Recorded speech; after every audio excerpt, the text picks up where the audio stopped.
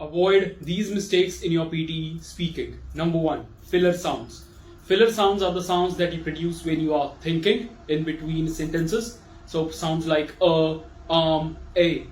Filler sounds are signs of hesitation.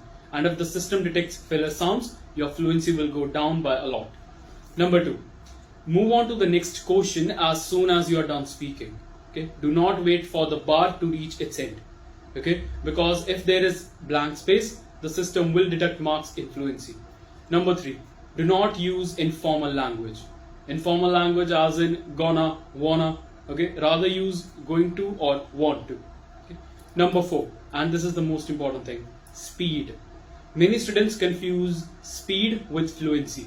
Speed means just talking fast. Fluency means talking naturally, talking clearly, and talking with confidence. Okay, so please do not mix these two. And I'll add an additional tip.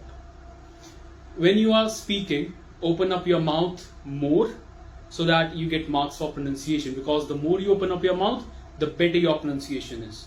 Okay, if you have any other questions or any other ideas, let us know in the comments and we'll respond to you. Okay, my name is Sam. I'll see you soon.